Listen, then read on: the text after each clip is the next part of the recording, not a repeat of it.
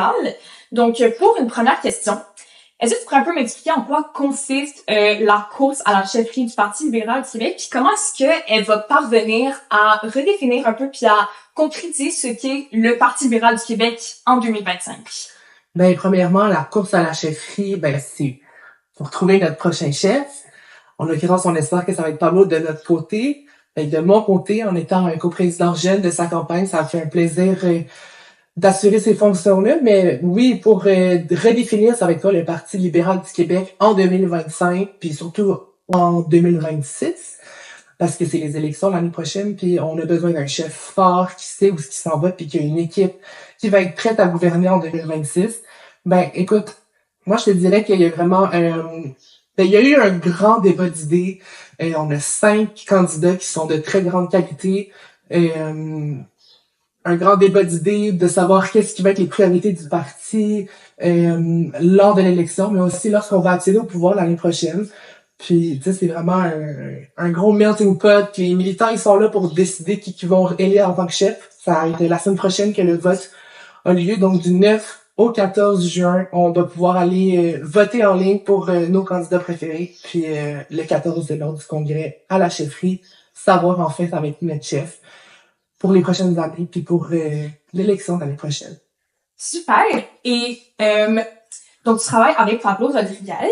Ça, c'est quoi, dans les grandes lignes, ses promesses pour aller atteindre les jeunes, aller chercher la jeunesse? Pablo, il y a plusieurs mesures qui ont été annoncées de sa part pour aller rejoindre les jeunes. D'une première part, là, il y a quelque chose de spécifique au Parti libéral du Québec. On a la commission jeunesse du Parti libéral du Québec, dont j'ai été président jusqu'en février. J'ai d'ailleurs démissionné de mes fonctions de président à la commission jeunesse pour appuyer Pablo, parce que dans le contexte de la course à la chefferie, puis étant donné que je siégeais sur l'exécutif du parti en tant que tel, je ne pouvais pas appuyer de candidats publiquement, donc j'ai dû démissionner de mes fonctions pour appuyer Pablo. Mais la première promesse que Pablo a fait lorsqu'il est rentré dans la course, là, c'est vraiment de rencontrer l'exécutif minimalement une fois par mois, puis de octroyer plus de budget à la commission jeunesse pour qu'elle redevienne qu'est-ce qu'elle était dans le temps, c'est-à-dire en gros, c'était un gros think tank pour le parti. On mettait de la pression sur l'agenda politique du parti. Tu sais, ça reste que la commission jeunesse, c'est super important. Pablo a d'ailleurs commencé en politique à la commission jeunesse, en même temps que Mario Dumont, c'était dans le même exécutif. Donc, tous ces gens-là, il les connaît. Puis, c'est encore important aujourd'hui pour lui, la jeunesse libérale avec la commission jeunesse. Puis, ça va toujours l'être pour Pablo. Puis, il y a plein de mesures qui ont été mises de l'avant pendant la campagne, notamment la révision de la FE pour que, justement, les dossiers qui ont actuellement en enseignement supérieur qui sont portés par Michel Saint-Claude, qui est également, non seulement la députée de Montréal-Outremont, mais également la porte-parole de l'opposition officielle en matière d'enseignement supérieur. Il y a plein d'enjeux qui ont été mis de l'avant, l'insécurité alimentaire, la précarité étudiante, il y a plein d'enjeux qu'on doit résorber en tant que futur gouvernement. Puis Pablo a trouvé plein de solutions. On peut aussi parler de l'accès à la propriété. C'est quelque chose d'équité intergénérationnelle pour Pablo.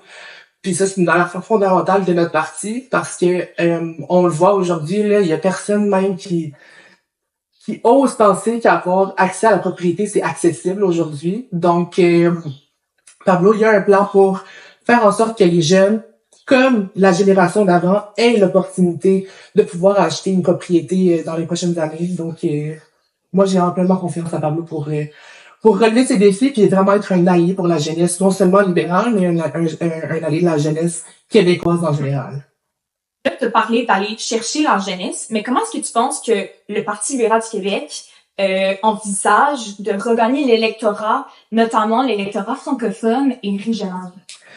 Mais ça, je te dirais, Amélie, que c'est vraiment un grand concept que les gens aiment ça spinner, les journalistes, les chroniqueurs, ils aiment ça dire « Ah, ben là, on sait bien, le Parti libéral du Québec, ils ont jamais eu à cœur les Québécois, ils ont pas à cœur les francophones. » Mais ça, je te dirais, puis comment, je peux pas parler pour Pablo, mais qu'est-ce que je comprends de la campagne qui est menée jusqu'à maintenant, puis que je sais qu'il va continuer de mener, c'est de promettre un gouvernement qui va être fort, puis qui est capable de gérer le Québec, parce qu'actuellement, on va pas se le cacher que malheureusement, la CAQ, elle nous a promis toutes sortes d'affaires, puis ça fonctionne pas. Ça fonctionne pas, on a besoin d'un nouveau gouvernement.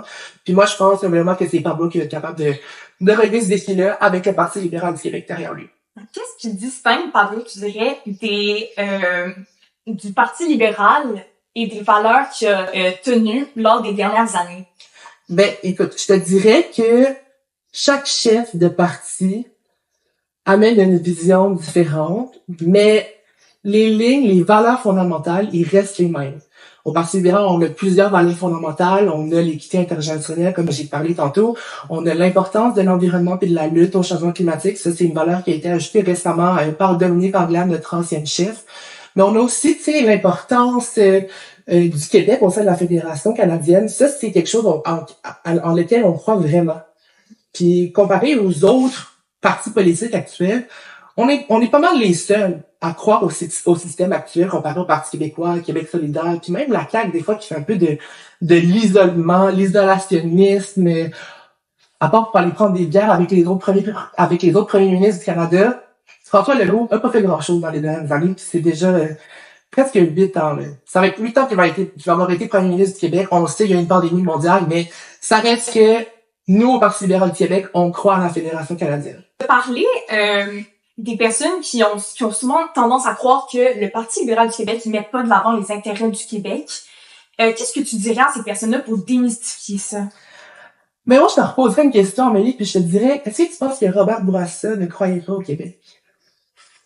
Parce que moi, je pense véritablement que, puis non seulement M. Bourassa, mais tous les premiers ministres libéraux qu'il y a eu dans l'histoire du Canada ont eu l'intérêt du Québec à cœur. Tu sais, moi, je serais pas ici si je croyais pas au Québec. Je serais ailleurs, je serais peut-être même au fédéral, mais moi, je reste au Québec, au Parti libéral du Québec, parce que je crois en notre système, puis j'ai toujours eu à cœur les intérêts des Québécois et des Québécoises.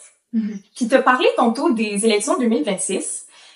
Un grand rendez-vous. Un grand rendez-vous qui approche à grands pas dans près d'un an. Comment est-ce que tu perçois un peu la rivalité avec Paul Saint-Pierre Plamondon, le chef du Parti québécois, qui est à la tête des sondages, alors que l'élection provinciale, justement, elle arrive dans près d'un an? Ouais, ben premièrement, je vais pas commenter les sondages, mais ce que je te dirais, c'est que actuellement, si c'était Pablo qui était notre chef, ben on battrait en termes de sondage populaire le Parti québécois de Paul Saint-Pierre Plamondon. Donc, dans le dernier léger qui a été publié dans les dernières semaines, ça disait que Pablo était à 31%, alors que Paul Saint-Pierre Plamondon était à 30%. Donc, puis on n'est même pas rendu à la fin de notre course à la chefferie. Pablo n'est même pas encore notre chef. On espère qu'il va être notre chef, mais ça reste que il y a encore 18 mois, je pense, jusqu'au rendez-vous électoral de l'année prochaine. Puis je pense que on a le vent dans les voiles au Parti libéral du Québec. Il faut pas nous prendre pour acquis puis penser qu'on n'est pas dans cette course-là. Nous, je pense que on voit l'espoir, puis on est là pour servir les Québécois puis faire en sorte que il y ait un bon gouvernement pour remplacer non seulement le mauvais gouvernement de la CAQ, de François Legault, mais aussi offrir une autre alternative aux Québécois que le Parti québécois de Paul Saint-Pierre Plamondon.